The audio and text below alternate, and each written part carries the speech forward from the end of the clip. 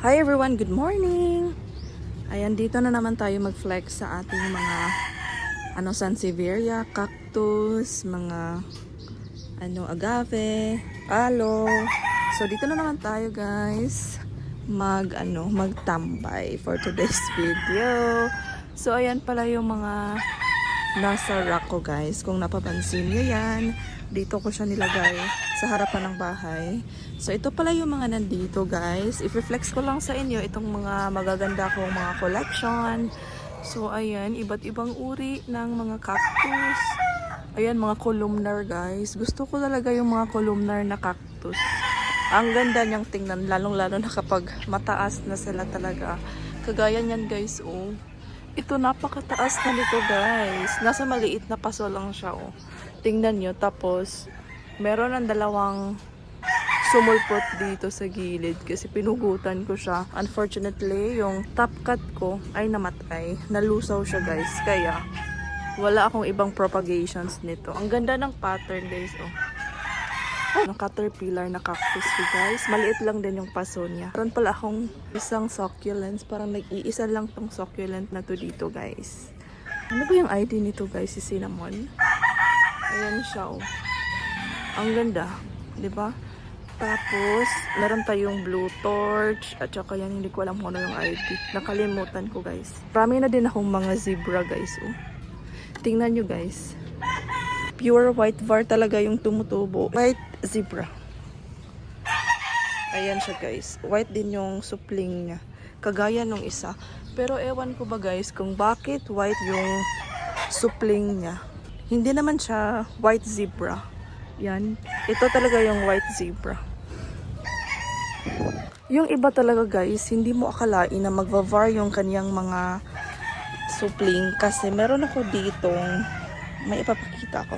Ito, hindi talaga to variegated guys, pero yung mga supling niya, kagaya niyan, nagva-variegated talaga siya guys. Oh. Ayan yung variegation kung makikita niyo. Hindi to var, itong mother plant niya guys. Hindi siya variegated, pero yung kanyang babies, nagva-variegate siya guys. Ayan, baby talaga siya, oh. Galing dito. Diba? Ang ganda. Nagva-variegate siya. Meron pala akong dalawang variety nito. Parang hindi siya dalawa kasi meron akong pure green. Ito siya, oh. Ito yung green lang. Yan. Tapos, ito yung white var. Yan siya, guys. Tapos, meron akong yellow var. Ayan. Nilagay ko pala siya dito sa paso natin na ganyan. Mga monsters na paso. Meron pa pala akong zebra dito guys. Ayan. Madami na ako sa zebra dito. Lactea. Ayan. Mga regular na lactea. Ayan sila guys. Nandyan sila sa part na yan. Meron ng mga bagong tubo guys. Oh, dito tayo sa likod para mas makita talaga natin. Ayan sila. Tapos yan pala guys, kinat ko siya, kinuhanan ko siya ng maliit sa gilid para matanim ko sa ibang paso. Nagpropagate pala ako sa kanya. Doon ko nilagay, parang nakita ko na, para napakita ko na sa inyo. Yung pinapropagate ko na lactea. Ayan siya. Ano to oh? Para siyang aray. Ang sakit talaga manusok ng guys, cactus. Ito, hindi ko alam. Kasi unti-unting nabubunot yung mga ganito ko. Meron nga akong itatanim pa doon mga ganito kasi para siyang nalalanta sa ilalim ba na. Rain and shine kasi ito dito guys. Para siyang nalalanta kasi nang nagdaang mga araw. Palaging umuulan. Mayroon naman siyang mga roots guys. Ilagay ko lang muna dito. Marami akong natutumba kasi nalalanta yung sa bottom part kagaya niyan o nalalanta. Pero okay lang naman kasi magro-roots din yan kalaunan. Ayun, marami na guys. Diba? Ang dami kong itatanim na ganyan. Yan pala yung mga, ko guys, leaf propa. So kapag meron ng mga babies dito sa dahon niya guys, tsaka ko na siya ilagay sa ibang paso. So balik tayo dito. Ayan. Tingnan nyo guys. Ang ganda ng kulay nito. Hindi ko lang alam kung ano yung exact na ID guys. Ito, meron na siyang papalabas na bulaklak. Guys, ang ganda. Kasi merong papalabas na bulaklak. Isa, Dalawa. Meron sanang bulaklak na papalabas dito guys, kaso natuyo siya. Oo, tapos ito, tingnan nyo guys. Ayan siya, bagong ripa to dito kasi nang dati. Dito siya, nakapwesto. Tapos ngayon, nire-rain and shine ko siya guys. Tingnan nyo, ayan. Si ating spiralis. Yan, ang taas na to guys. As in, super taas na. Ito, si golden, yellow rat's tail ba to guys? Basta golden ba? Ang ganda nito kapag nakasabit siya kasi magte-trail. Ang liit pa nito ng dati guys. Tapos ngayon, ang taas na. Ito, si Penis cactus. Tapos ito, yan, meron ng bagong mga tubo guys, no? So, ayan pala yung nandito. Ayan, yung propagation ko. Dito na lang muna siya, guys. At ito, propagate pala ako nito, guys. Ayan, dito ko siya nilagay sa maliit na paso. At saka yung propagations ko ng Kiko. Irrigated na marinade. Ayan siya, guys. Ang ganda niya. Meron pala akong nilagay sa ilalim na lactea. Ito sa mga pinakamalaki na lactea ko, guys. Tapos ito din yung so far pinakahaba na cactus ko dito sa garden. Ayan, pinakahaba guys. Matagal na to sa akin. Tapos yan, napakahaba na rin. At saka dito na part, ito yung Sansevieria collection ko guys. Yan, hindi naman gaano karami yung variety ng Sansevieria ko. Pero, ayan, flex ko lang sa inyo itong mga Sansevieria na meron ako. Parang siyang dancing na Sansevieria. Ano ba yung exact ID nito? Dancing. Basta may dancing din kasi parang sumasayaw yung kanyang dahon guys. Pero may variegated nito. Napakaganda pero napakaganda din ng presyo guys. So ito din. Maganda din siya yung variegated natin. May mga bonsal tayo. Marami na akong bonsal dito guys. At saka yan. Ito agave to guys. Family to ng agave. Dito ko lang siya inilagay. Kapag lumaki na siya, ita-transfer ko din siya doon sa mga agave collection ko. Meron pala akong pinatong dito guys. Yan. Patong-patong lang kasi wala na masyadong space. Ito isang uri din ng Francisi. Maganda yung var niya guys sa itaas. Marami na ako nito guys. 1, 2, 3. Ito yung pinaka mother plant ko sa plant na to, sa Sansevieria na to. Ito talaga yung normal guys na Sansevieria Francisi. Green lang siya. Tapos ito may variegation sa itaas. Pagpugot ko nito guys, ang daming lumalabas na babies.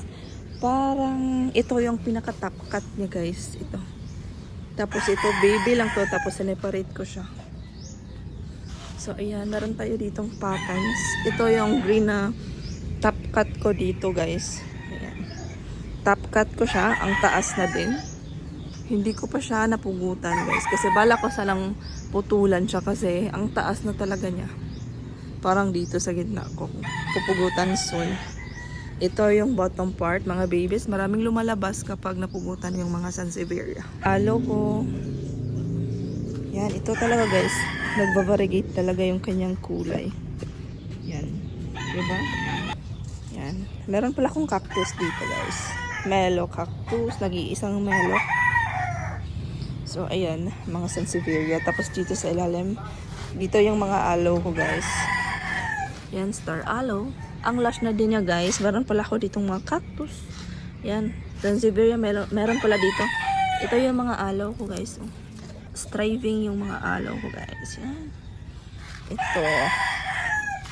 Yan yung mga aloe collection ko guys. Yan. Star aloe. Ito din. Malaki to guys. Oh. Diba? Yan. Star aloe din. Ito. Ang ganda din ito guys. Ito, para siyang nasunog. Ang init talaga dito, guys. Grabe. Yan, oh. Ang ganda ng kulay. Ito, parang nasusunog yung dahon nila kasi sa sobrang init. Ayan, guys. Diba? Ito yung mga aloe. Ito, guys. Variegated to na zebra, oh. Ang ganda. Ang liit. Mayroon pa pala akong white zebra dito, guys. Ayan, isang uri ng Sansevieria. Actually, bigay lang to sa akin. Yan. Ang ganda nito guys kasi ang ganda ng pattern ng kanyang dahon. Ito, isang uri din na Sansevieria. Meron na siyang baby guys. Ayan, meron din ako mga propagations. Yan. Meron na mga tumutubo na mga maliliit. Yan.